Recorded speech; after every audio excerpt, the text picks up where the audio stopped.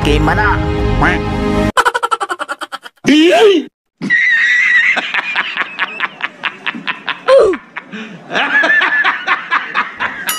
Sana all. Unahin natin ang pipino guys. Hiwain lang natin ng katamtaman. Meron nakapagsabi sa akin na okay daw ito sa kalusugan ng tao. Alright. At isunod natin guys ang labanos. Ayan. Hihiwain din natin ng sakto lang ang laki. At mayroon tayong carrots guys. Hihiwain din natin ng katamtaman ito.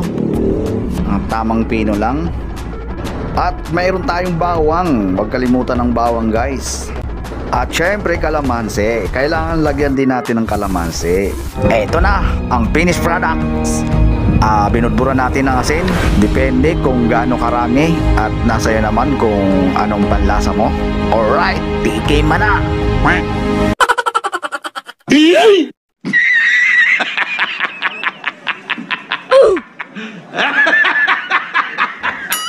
Sana all.